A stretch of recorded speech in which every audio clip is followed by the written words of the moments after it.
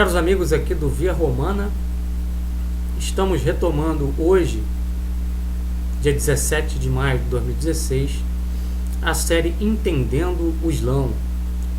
Série essa que tem por objetivo esclarecer ao público a respeito da natureza do islamismo e da sua contradição em relação à fé cristã. Hoje nós falaremos sobre a farsa do Alcorão. Porque o Alcorão não pode ser de forma alguma a palavra de Deus. Qual a diferença entre o Alcorão e a Bíblia, que é a Sagrada Escritura cristã? Nós vamos tentar então esclarecer esse assunto hoje, aqui com vocês. Pois bem, antes de nós começarmos a entrar no assunto propriamente dito, eu queria deixar claro aqui quais são as fontes bibliográficas que eu estarei usando para a análise do Alcorão. A primeira delas é este livro aqui, o Alcorão, do professor Azzedine Guillot, um professor francês, grande especialista no Alcorão. Ele é professor da Universidade de Paris e tem diversas obras publicadas sobre o assunto. Uma outra fonte básica de bibliografia que eu também estou usando são dois livros, ou seja, duas traduções do Alcorão. Uma delas é a tradução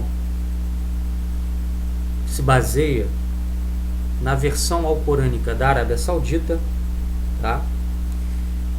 Então, o Alcorão que eu vou utilizar como base, como fonte, é esta tradução, que é baseada no texto saudita, né, do Alcorão, e também o livro The Meaning of the Glorious Quran, de Mohammed Marmaduke Iqbal. Okay? É um livro também de referência que eu estarei a utilizar aqui para apresentar esse conteúdo. Além disso, também me baseio na Bíblia Sagrada, aqui no caso a Bíblia de Jerusalém, que é uma Bíblia de estudos, muito interessante, uma das Bíblias mais bem elaboradas em termos de Bíblia de estudo que nós temos aqui no Brasil. Bom, então é isso. O nosso vídeo ele vai se dividir em algumas partes. Primeira parte, nós vamos falar aqui sobre o que é o Alcorão. Vou definir aqui o que é o Alcorão, né? Na segunda parte, nós vamos falar aqui da diferença entre o Alcorão e a Bíblia, correto? E na terceira parte nós vamos mostrar as contradições e os absurdos que existem no Alcorão e que tornam impossível que ele seja a palavra de Deus. Ok? Então são estas as três partes do nosso vídeo de hoje. Então vamos começar aqui com uma definição. O que é o Alcorão? Vamos lá para a nossa primeira parte do vídeo, em que vamos tratar da natureza do Alcorão. Bom, em primeiro lugar é preciso dizer o seguinte: eu já havia falado um pouco sobre isso, se eu não me engano, no primeiro vídeo aqui dessa série, mas é bom sempre retomar para que a gente possa esclarecer melhor o assunto. Lá no primeiro vídeo eu cito o seguinte: o Alcorão, né, em árabe se chama Quran, né, que tem a ver com o seguinte significado. Vamos lá. A palavra Quran em árabe significa o verbo cara, vem do verbo cara, tá? Esse verbo no árabe é usado no sentido de ler, decifrar, designando então uma ação cujo objeto é um texto escrito, de onde se traduz em geral, né, Quran, né, ou também o livro, ou seja, Alcorão significa o livro. A gente poderia dizer que na tradição islâmica, Alcorão é o livro por excelência, né? É o livro sagrado, é o livro santo. Agora, o termo mais adequado seria o termo recitar, seria o termo recitação. Então, Quran ou Qara, né, em árabe, estaria ligado ao verbo recitar em português e à ação de recitação. Por que isso? Porque na tradição islâmica considera-se que o Alcorão foi recitado letra a letra a Maomé, correto? Na visão cristã, a Bíblia ela não foi recitada aos profetas, ela não foi recitada aos apóstolos que puseram por escrito os evangelhos de nosso Senhor Jesus Cristo. Na visão cristã, a Bíblia é um livro sagrado porque o texto dela é inspirado pelo Espírito Santo, ou seja, nós cristãos consideramos que o Espírito Santo inspirou os autores humanos. Os autores humanos usaram os recursos da cultura da sua época, da língua da sua época, para expressarem a verdade que Deus revelou. Mas não foi Deus que pegou a mão deles e escreveu no lugar deles, não. Né? E nem ele teria recitado letra por letra da Bíblia, mas sim inspirado. É bem diferente. Na visão islâmica, não. O Alcorão teria sido recitado letra por letra. É por isso que os islâmicos consideram que o Alcorão é mais seguro do que a Bíblia, é mais verdadeiro do que a Bíblia, e é, nesse sentido, o único livro sagrado. Mas nós vamos depois abordar isso melhor, ok? Aqui nós estamos passando apenas a visão que o Islã tem do Alcorão, tá ok? Então, Alcorão significa exatamente isto, e esta é a diferença que existe entre a visão islâmica sobre o seu livro sagrado, o Alcorão, e a visão cristã sobre o seu livro sagrado, a Bíblia. Né? Bom, qual é a diferença entre o Alcorão e a Bíblia? O Alcorão ele é um livro cheio de contradições. Alguns poderiam dizer assim, não, mas a Bíblia também tem contradições. Sim, é verdade, ela também tem contradições. Mas nós vamos aqui estabelecer a diferença entre as contradições alcorânicas e as bíblicas. Primeiro vamos falar aqui das contradições bíblicas. Por exemplo, a Bíblia tem contradições factuais. É um primeiro exemplo de contradição. O que exemplifica isso é, por exemplo, a versão das sagrações do rei Davi. Há duas versões da sagração do rei Davi na Sagrada Escritura, no Antigo Testamento. Uma diz que ele foi sagrado numa determinada ocasião, a outra diz que ele foi sagrado rei numa outra ocasião. São contradições históricas, ou seja, a discussão aí é saber se Davi foi ungido aqui ou ali, por esse ou por aquele, desta ou daquela maneira. Desse ponto de vista histórico, de fato, a Bíblia comporta várias contradições, né? Contradições em relação, por exemplo, a acontecimentos que se deram num local e não em outro, que são relatados na Bíblia, não no local exato onde eles se deram, né? E etc. Esse é um exemplo de contradição que nós encontramos na Bíblia, e isso é facilmente atestado pelos historiadores. Agora, nós devemos entender o seguinte: a Bíblia ela não foi escrita como um livro de história, não pelo menos um livro de história como os livros de história modernos, que procuram uma precisão factual, uma precisão documental, uma precisão dos acontecimentos, né? Onde se usa, por exemplo, uma crítica, uma análise documental. Até porque essa análise documental nem existia na época bíblica. No período bíblico, a história como ciência era algo muito ainda...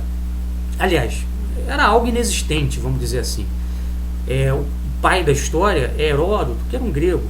E Heródoto desenvolveu algumas técnicas de estudo histórico, mas técnicas essas que ainda não eram as melhores, né?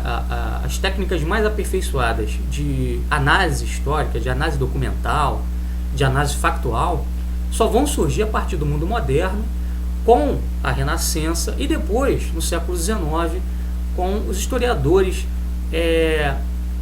daquela época, dos anos de 1800, como, por exemplo, Ranke, Michelet, Coulanges, Segnobor, etc. historiadores que vão aperfeiçoar a técnica de análise, a chamada crítica externa do documento, crítica interna do documento. Isso não existia na época bíblica.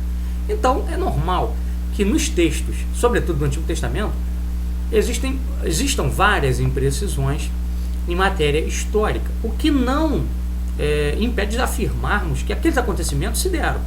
Talvez eles não tenham se dado de acordo com a narrativa que nos é transmitida, né? Com certeza, muitos detalhes fugiram, algumas coisas foram enxertadas nessas narrativas para compensar a falta desses detalhes que acabavam fugindo com o passar do tempo, até porque as histórias bíblicas eram passadas oralmente de geração em geração, então alguma coisa sempre se perdia, alguma coisa sempre se ficava, vamos dizer assim, enevoado, né?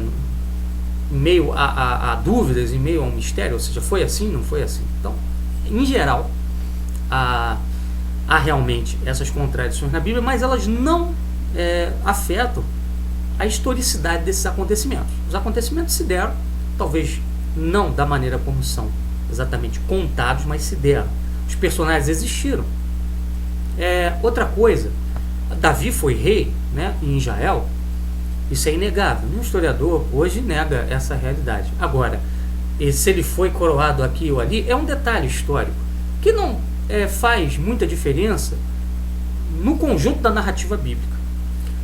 Então, esse é um tipo de contradição que nós encontramos na Bíblia. Um outro tipo de contradição é a contradição linguística.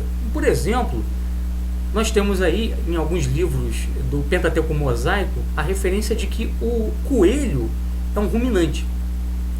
E, de fato, na época, na cultura da época, o coelho era visto como um ruminante, uma espécie de ruminante. O ruminante é aquele animal que rumina o alimento, né, engole, e depois esse alimento volta para sua boca para ele terminar de ruminar, de mastigar, para ele engolir novamente.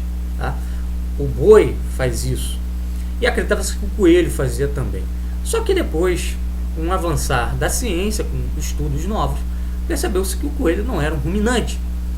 Então, na verdade, é uma contradição linguística, ou seja, a cultura da época, a língua da época classificava o coelho como ruminante, mas com o avanço científico viu-se que não era nada disso. Isso também não afeta o conteúdo teológico da Bíblia, né? Isso é apenas um detalhe de língua, de estilo, de cultura, que está presente ali no texto bíblico, mas que não afeta efetivamente a doutrina bíblica sobre Deus, sobre salvação, sobre juízo final, ressurreição e etc.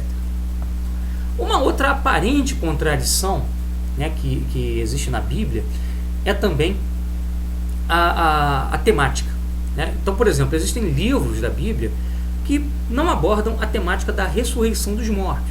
Os livros, principalmente mais antigos do cânon bíblico, né, os livros do Pentateuco de Moisés, não tratam da questão da ressurreição dos mortos. Mas livros já mais recentes, como, por exemplo, os livros dos profetas Ezequiel e outros, já começam a tratar desse tema, que também aparece no Novo Testamento.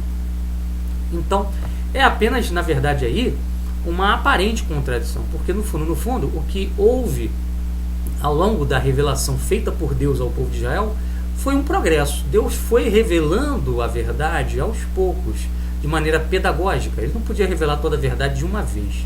Então, por isso que alguns temas não aparecem em alguns livros e aparecem em outros. Isso é apenas uma contradição aparente, ok? Então, basicamente são estas as contradições que nós encontramos na Bíblia. Contradição histórica, linguística e temática. Já o Alcorão é diferente. O próprio Alcorão afirma de si mesmo que ele contém contradições doutrinárias. Vamos ver o que o Alcorão diz a respeito disso, para que nós possamos entender o que isso significa. Só lembro aqui o seguinte: o Alcorão ele é dividido em suras. O que são as suras? As suras são uma espécie de livros. Se a gente pudesse fazer uma analogia com a Bíblia, a gente chamaria cada sura de um livro. tá? E as suras têm versículos. Então, todas as vezes aqui que eu citar, por exemplo, Alcorão 3, versículo 5, eu estou citando a sura 3, sura terceira. É justamente dessa sura terceira que nós vamos falar agora. Na sura 3, no versículo 5 dessa sura, diz o seguinte, sobre a revelação do Alcorão, a revelação do livro a Maomé. Foi ele que te revelou o livro. Nele encontrarás versículos de significação precisa, que constituem a essência do livro, enquanto outros são ambivalentes.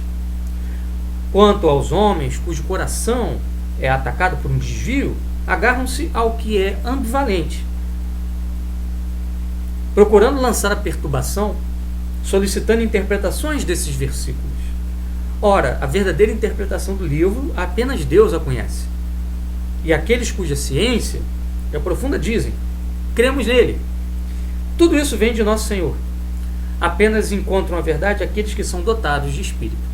O que essa sura 3 está querendo dizer? Está querendo dizer o seguinte, primeiro, no Alcorão você, ao lê-lo, você vai encontrar versículos que dizem uma coisa, versículos que dizem outra.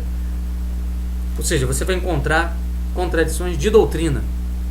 A gente vai ver isso aqui já já, como isso é uma realidade, quando a gente passar para a próxima parte aí do nosso vídeo. E, ao mesmo tempo, o Alcorão está dizendo o seguinte, a interpretação verdadeira desses versículos ambivalentes, apenas Deus a conhece, ou seja, nenhum ser humano pode esclarecê-los. Quer dizer, o Alcorão já está se defendendo, né? Olha, vocês vão encontrar aí contradições aí dentro, mas não se preocupem não, né? É assim mesmo, e só Deus vai poder esclarecer isso. Não fiquem tentando interpretar.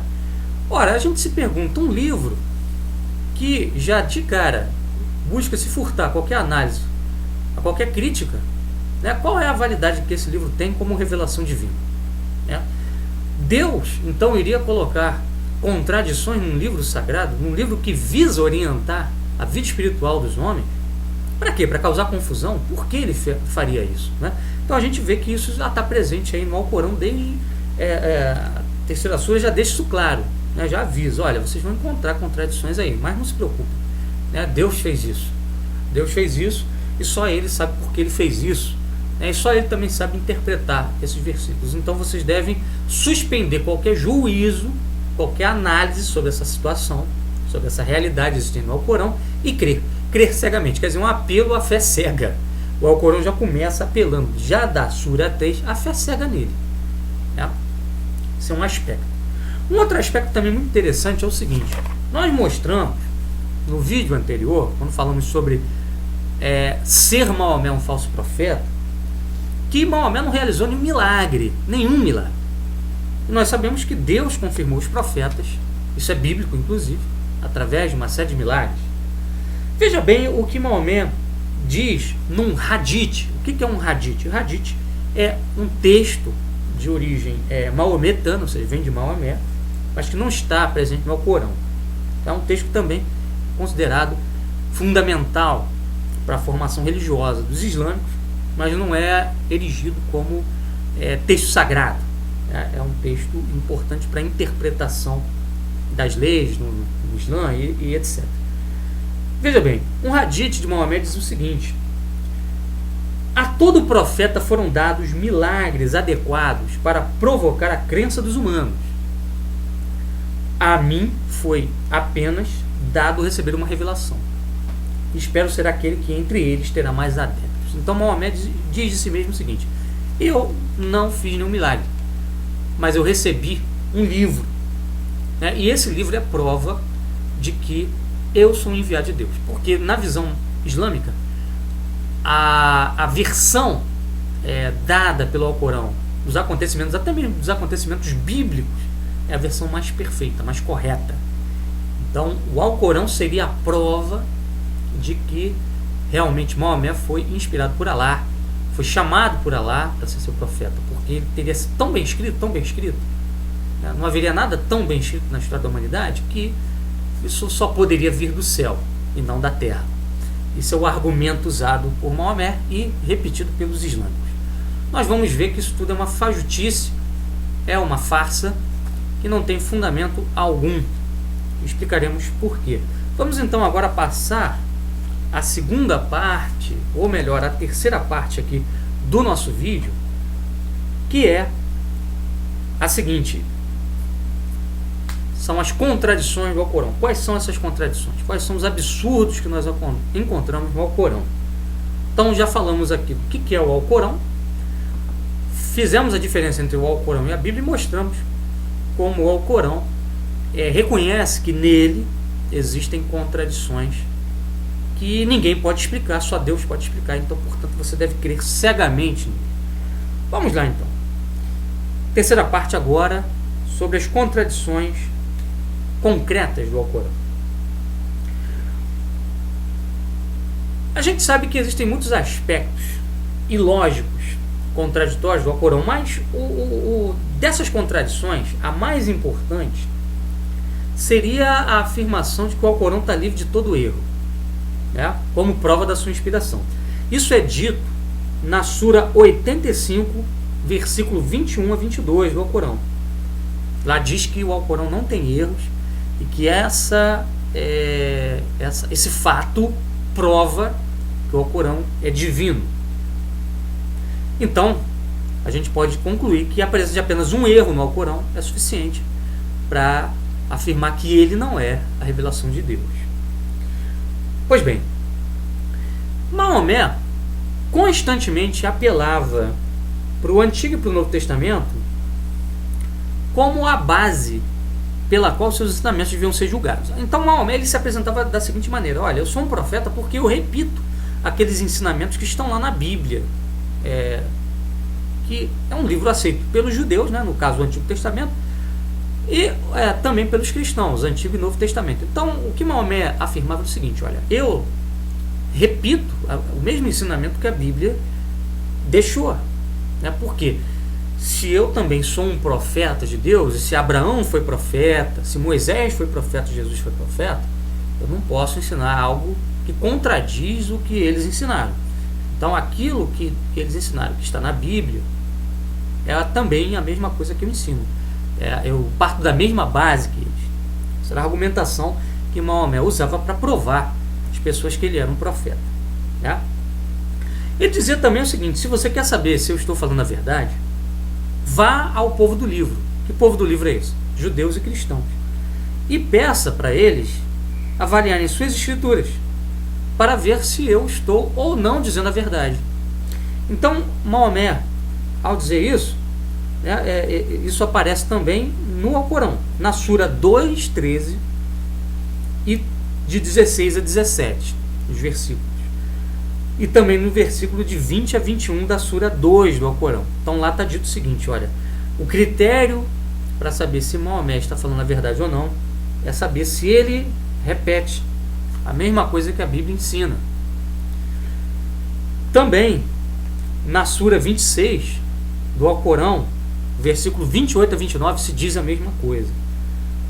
Também na Sura 32 do Alcorão, de 34 a 35 e de 39 a 48. Então, em 3 suras do Alcorão é dito que o ensinamento de Maomé é verdadeiro porque ele repete o ensinamento da Bíblia, correto?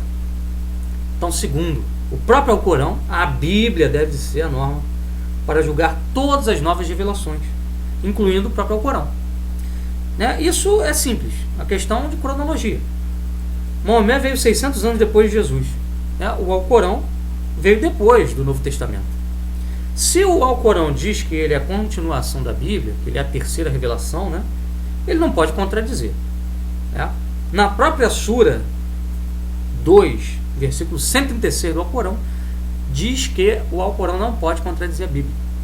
Está dito lá, né? Então, se isso é assim, sempre que houver uma contradição entre a Bíblia e o Alcorão, né, quem deve ceder é o Alcorão e não a Bíblia, porque já que a Bíblia é a regra, né, porque ela veio antes, então o Alcorão deve se basear na Bíblia, correto?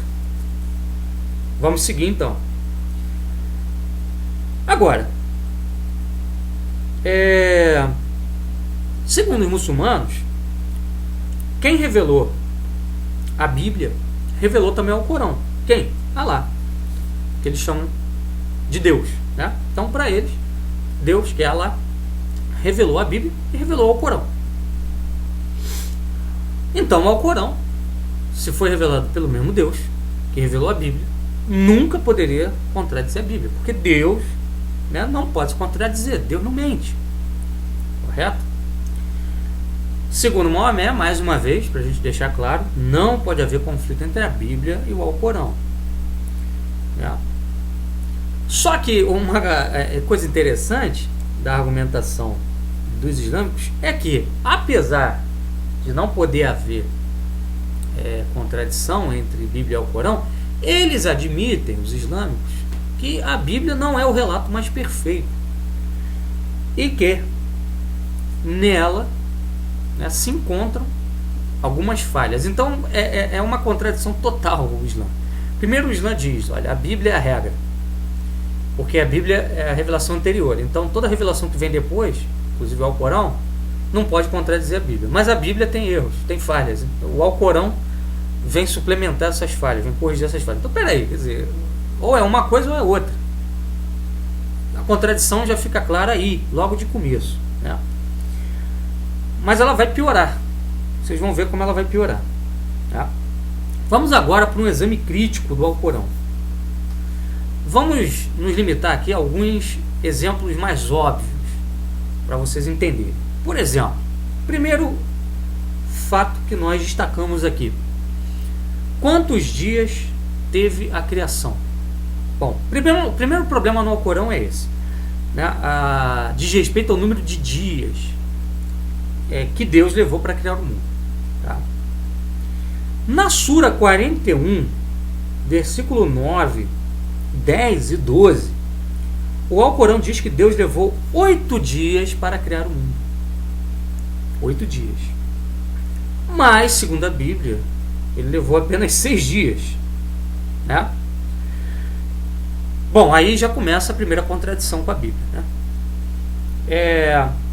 Não é só isso. O próprio Alcorão se contradiz, né?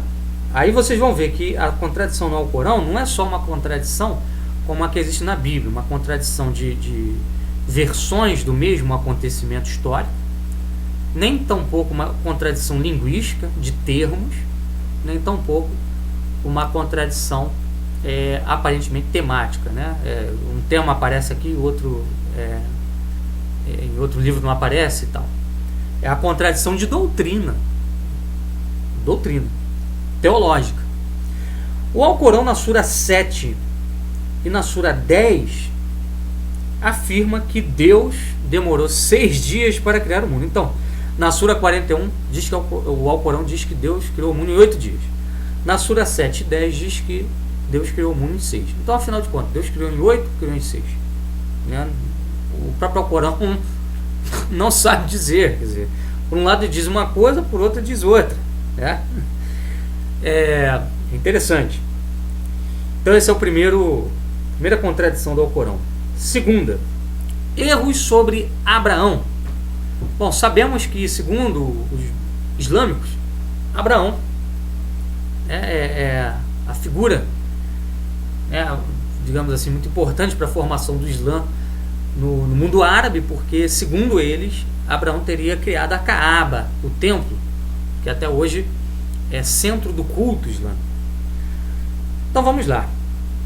O Alcorão comete vários erros sobre Abraão, né? O primeiro deles é o seguinte: o Alcorão diz lá na Sura 14, 37, que o nome do pai de Abraão era Azar. No entanto, a Bíblia diz o contrário. Vamos ver aqui o que a Bíblia diz, né, no livro do Gênesis sobre o pai de Abraão. Vamos lá, Gênesis capítulo 11, versículo 27. Eis a descendência de Taré. Taré gerou Abraão, Nacor e Harã. Então está aí, ó. Gênesis capítulo 11, versículo 27. Taré gerou Abrão, Nacor e Harã. Abrão vai virar Abraão, né? Vai mudar de nome depois que ele receber a revelação do Deus Todo-Poderoso. E aqui no Alcorão diz o seguinte, ó, o nome do pai de Abraão não era Taré, era Azar. É mais uma contradição em relação à Bíblia, hein? Vamos lá. O Alcorão diz na Sura 14:37 que Abraão viveu em Meca e cultuou a Deus no Vale de Meca. Nenhuma referência disso na Bíblia. Abraão passou por vários lugares ali do Oriente Médio, mas na Arábia ele nunca esteve. Não há nenhuma referência na Bíblia sobre isso. E nem também referência de que ele prestou culto a Deus em Meca. A Bíblia diz que Abraão viveu em Hebrom e que cultuou a Deus em Hebrom. Mais uma contradição com a Bíblia. E olha que o Alcorão diz que, a gente viu aqui que a Bíblia é a regra, hein, para a interpretação dos ensinamentos de Maomé. O Alcorão também diz, na Sura 37, 100 a 112, que o filho de Abraão que foi levado para o sacrifício foi Ismael e não Isaac. Mais uma contradição absurda. Cabe lembrar que o Alcorão diz isso, sabe por quê? Porque para eles, na verdade, a verdadeira descendência, né, que vai dar origem ao povo, né, ao povo de Deus é de Ismael, não Isaac. Na visão judaico-cristã, né, aí a gente pode falar de visão judaico-cristã, que é uma só, a descendência de Abraão vai por Isaac, que era filho da esposa legítima, Sara. Na visão islâmica, é por Ismael, porque Ismael vai dar origem aos árabes, e os árabes é que vão aceitar o maior dos profetas, que seria Maomé. Então Maomé seria descendente de Ismael, né, enquanto que o povo judeu seria descendente de Isaac. Então é por isso que eles colocam esse peso todo em Ismael. Então dizem, inclusive, que foi Ismael aquele que foi levado a sacrifício por Abraão. Só que a Bíblia diz o contrário. Tá? Na Sura 2, também diz o seguinte, que Abraão construiu a Kaaba, né, lá na Arábia. Não há nenhuma referência disso na Bíblia. E também no Alcorão, na Sura 21 e na Sura 9, diz que Abraão, né, foi jogado no fogo por Nimrod. Outra farsa também, porque isso também não aparece em momento algum na Bíblia. Então há várias contradições aí sobre Abraão. Então já vimos aí contradições sobre os dias da criação, sobre Abraão. Agora vamos às contradições sobre Moisés, existentes também no Alcorão. Primeiro, o Alcorão diz que foi a esposa do faraó quem adotou Moisés. Isso está lá na Sura 28, versículos de 8 a 9. Na verdade, em Êxodo 2, versículo 5, diz o contrário. Êxodo 2, versículo 5, diz que foi a filha do faraó que adotou Moisés e não a esposa. Mais uma contradição. O Alcorão diz também o seguinte: Ramã viveu no Egito durante a época de Moisés e trabalhou para o faraó na construção da Torre de Babel. Isso está na Sura 28, 38, 29 e 39, na Sura 40, na Sura 24, em 4 suras. Só que nós sabemos hoje que Ramã viveu na Pérsia e trabalhou para o rei Assuero, na época da rainha Esther, né? Temos aí o livro de Esther na Bíblia, correto? Ou seja, isso foi muito depois da época de Moisés. Moisés viveu mais ou menos ali por volta de 1250 a.C. A época aí do rei Assuero e de Esther é ali por volta do século V, século IV a.C., ou seja, praticamente 1000 anos depois. Então o Alcorão ele comete um erro histórico crasso. Muitos poderiam dizer, mas a Bíblia também tem algumas contradições históricas. Sim, mas nenhuma delas a esse nível. O máximo que você tem ali são versões de fatos que realmente ocorreram, que se contradizem nos detalhes. Agora, aqui, o erro é grotesco. Né? Ramã viveu na corte persa. e não na corte egípcia, correto? Outra coisa, o Alcorão diz também que na época do faraó do Egito, a crucificação já era usada. Isso aparece na Sura 724. É mais uma absurdidade, porque a crucificação foi algo inventado pelos romanos, né, e não pelos egípcios. Bom, as contradições são enormes. Vamos continuar aqui, né? Bom, o Alcorão tem também contradições sobre Maomé. Por exemplo, o Alcorão ele não se decide a respeito de como Maomé recebeu a revelação de Alá. Primeiro, na Sura 53 e na Sura 81, o Alcorão diz que Alá veio a Maomé sob a forma de um homem e que Maomé o viu. Então Maomé teria visto Alá sob a forma de um homem e que assim ele teria recebido o Alcorão. Correto? Então é o primeiro relato. Depois, na Sura 16, na Sura 26, diz que Maomé recebeu o Espírito Santo e que foi o Espírito Santo quem deu a Maomé o Alcorão. Bom, o Espírito Santo aí, no caso que é citado aí no Alcorão, não tem o mesmo significado que para nós cristãos. Para nós, o Espírito Santo é uma pessoa. Bom, depois diz o Alcorão na Sura 15 que foram os anjos que desceram a Maomé e entregaram para ele o Alcorão. Então, né, foi Alá, foi o Espírito Santo, foram os anjos. E depois tem a versão mais popular, que está na Sura 2, diz que foi o anjo Gabriel que entregou o Alcorão a Maomé. Né? Então a gente não sabe quem realmente deu a Maomé o Alcorão. Nem eles sabem também. Né? Foi o anjo Gabriel, foi Alá, sob a forma de um homem, foi o Espírito Santo, né? Foram anjos, vários anjos, enfim. Continuando aqui, né?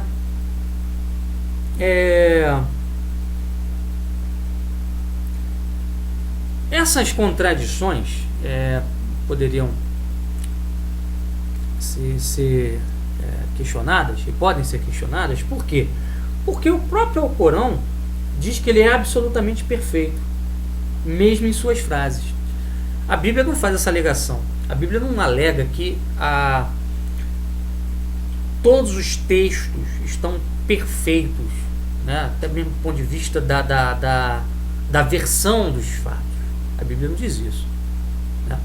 O que a Bíblia diz, né, num dos seus livros, é que toda a Escritura é útil para a edificação espiritual, porque nela existe uma doutrina que nos leva a conhecer a Deus, nos leva a entrar em relação com Deus, nos leva a conhecer o seu Filho. Agora, a Bíblia não está livre dessas contradições pequenas do ponto de vista histórico. Agora, já o Alcorão diz que ele está livre até disso. Onde o Alcorão diz isso? Na Sura 2:58, na Sura 7, versículo 161. O Alcorão diz que nem contradições históricas ele possui. Então, se a gente mostra que ele possui essas contradições, a gente mostra que o Alcorão contradiz a si mesmo, que ele, portanto, não pode ser a palavra de Deus. Né? Outra coisa também interessante é o seguinte: há vários ensinamentos morais de Maomé e religiosos que se contradizem. Por exemplo, Maomé começou dizendo aos seus seguidores para rezar voltados a Jerusalém. Depois ele disse que Deus estava em toda parte, que eles poderiam se voltar a qualquer lugar que quisessem. Depois ele mudou de ideia novamente e começou a dizer que deviam rezar em oração, em direção a Meca. Tá? Isso está lá na Sura 2:115 e também na Sura 2:114, a mesma Sura, né? Versículos 115 e 114. Tá? Quer dizer, uma contradição de ensinamento religioso, disciplinar, ritual. Afinal de contas, nós rezamos voltados para onde? Para onde Deus quer que nós rezemos? Voltados para onde? Isso é importantíssimo, que é a forma da oração. Tá? Isso disciplina a oração, aquela oração que agrada a Deus. Afinal de contas, qual é a oração que agrada a Deus? O próprio Alcorão não se decide. Né? Maomé falou várias coisas diferentes, uma em cada momento. Tá? O Alcorão também alega o seguinte, que o Islã é a verdadeira religião porque o judaísmo e o cristianismo se dividiram em várias seitas. Tá? Só que nós sabemos, né? Nós sabemos que o próprio Islã se dividiu em muitas seitas. Né? Hoje o Islã tem os sunitas, os xiitas, os salafitas, os wahhabitas e etc. Diversas seitas, correto? A Sura 30, a Sura 42 afirmam isso. Olha, o cristianismo e o judaísmo não são verdadeiros, né, não são perfeitos. Né, por quê? Porque eles se dividiram em seitas. Então o Islã é que é a religião perfeita, porque ela não tem seitas. Mas a própria história do Islã provou que o Alcorão, né, estava errado. Quer dizer, o Islã também se dividiu em seitas. Então, se partirmos desse princípio, então o Alcorão, o Islã também não é a verdadeira religião. Tá? Vamos aqui agora para uma última parte, que é sobre os absurdos do Alcorão em relação a matérias de ordem moral e de ordem também teológica, correto?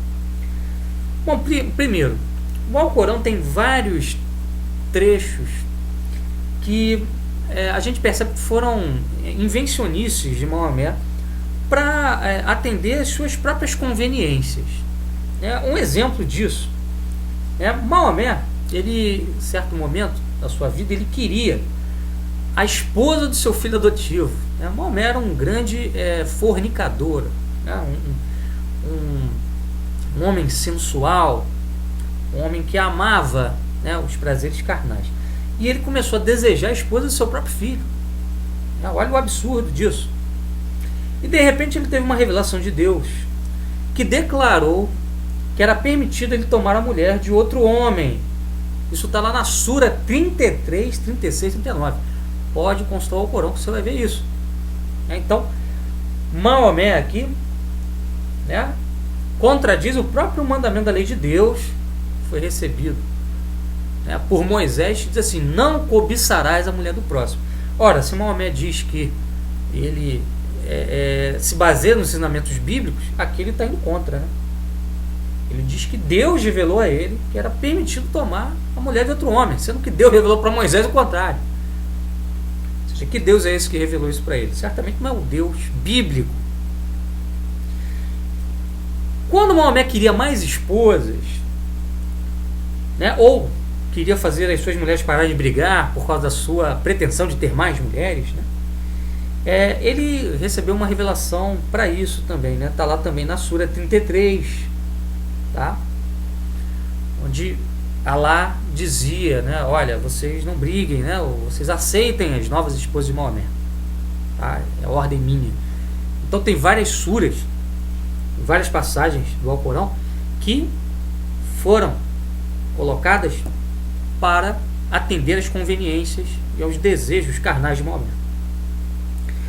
Uma coisa também muito interessante: Maomé, em determinado momento da sua vida, começou a ser incomodado por muitas pessoas que iam à sua casa, e aí ele recebeu também uma revelação de Alá para estabelecer regras sobre visita a ele, e quando as pessoas poderiam incomodá-lo e quando não. Isso está lá na Sura 33, está na Sura 29, está na Sura 49, versículo 1 a 5. Então tem várias passagens do Alcorão que foram construídas mesmo para atender às conveniências de Maomé. Uma outra absurdidade que aparece no Alcorão é que o Alcorão fala muita besteira sobre os cristãos. Uma das maiores é que o Alcorão fala sobre a doutrina cristã da Trindade, dizendo o seguinte: que os cristãos adoravam 3 deuses. Que seriam esses 3 deuses? O Pai, a Mãe, que seria Maria, e o Filho, Jesus. Então, segundo o Alcorão, a fé dos cristãos na Trindade não é a fé num único Deus, em 3 pessoas. É isso que nós cristãos acreditamos, que em Deus há 3 pessoas. E essas 3 pessoas são um só Deus, porque elas têm a mesma substância divina. O Alcorão mente. O Alcorão diz que nós adoramos o Pai como um Deus, a Mãe, Maria, como uma deusa, e Jesus como um outro Deus. Ou seja, seria um triteísmo, não um trinitarismo. É isso que o Alcorão fala. Isso é falso. Nós cristãos não somos triteístas, nós somos trinitaristas. Nós acreditamos que em Deus há 3 pessoas, que essas 3 pessoas são iguais em poder, em atributos. Portanto, elas são Deus, o Pai, o Filho e o Espírito Santo. E Maria, do cristianismo, é a mãe do Verbo de Deus, é a mãe de Jesus Cristo, não é uma deusa, não tem nada a ver. Bom, vamos lá.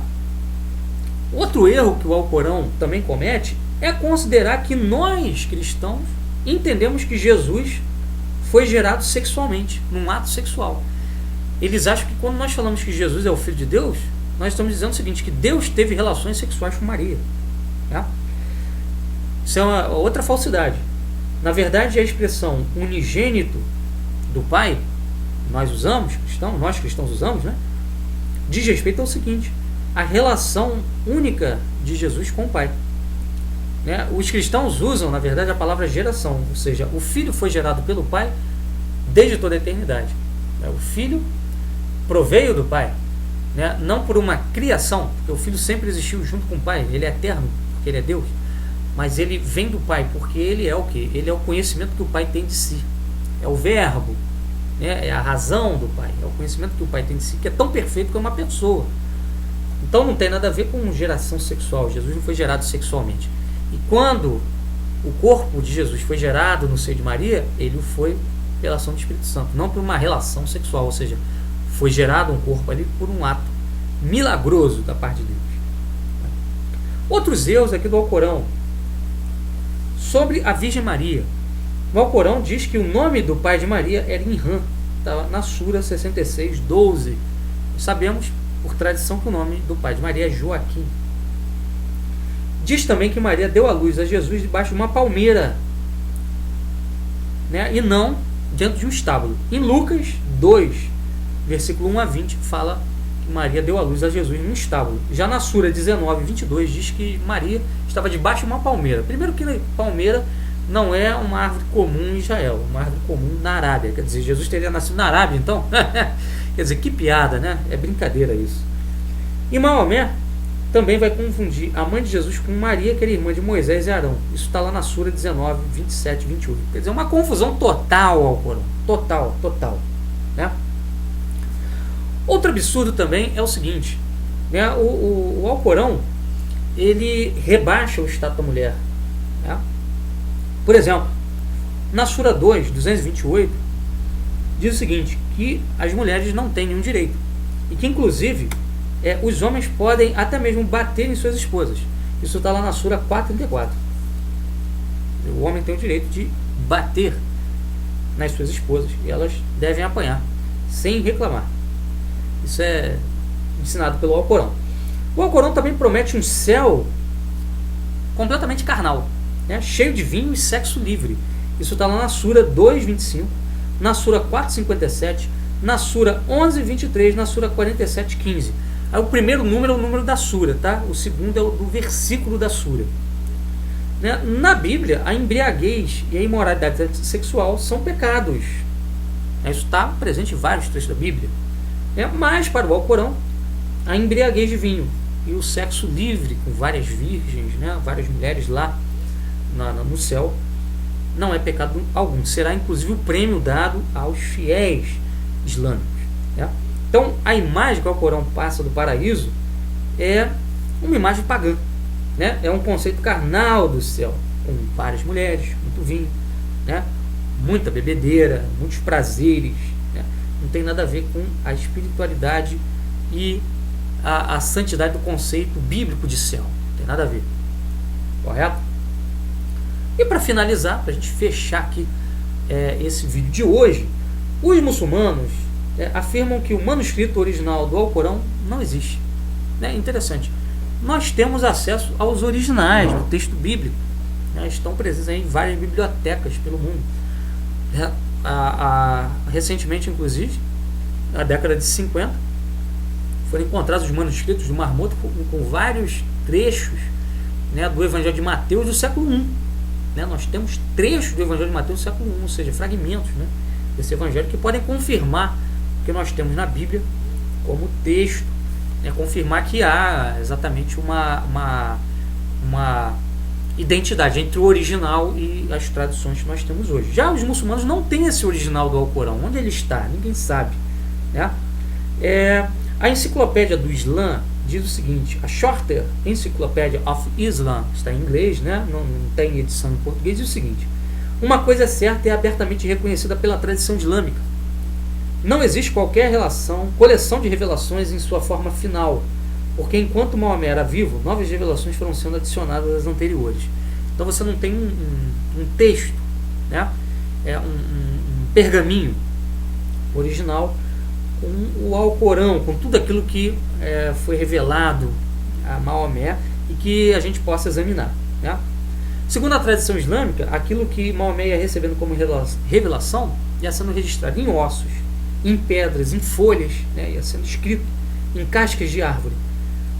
E isso foi sendo perdido, evidentemente, isso foi se fragmentando, né? Nenhuma dessas coisas existe hoje. Foram perdidas há muito tempo. Então, quando você pergunta a eles onde está o original, eles dizem: olha, o original não existe, né? Então não tem como você comparar o texto alcorânico atual com aquele que originalmente foi escrito. Então o Alcorão é um grande problema, né? O Alcorão é um grande problema, e eu acho não, melhor dizendo, tenho certeza que essa exposição deixou comprovado que o Alcorão não tem nenhuma validade, não tem nenhum fundamento verdadeiro, e que, portanto, ele tem que ser descartado como um livro sagrado. Ele não foi revelado por Deus. Se ele foi revelado por alguém, foi revelado por um demônio.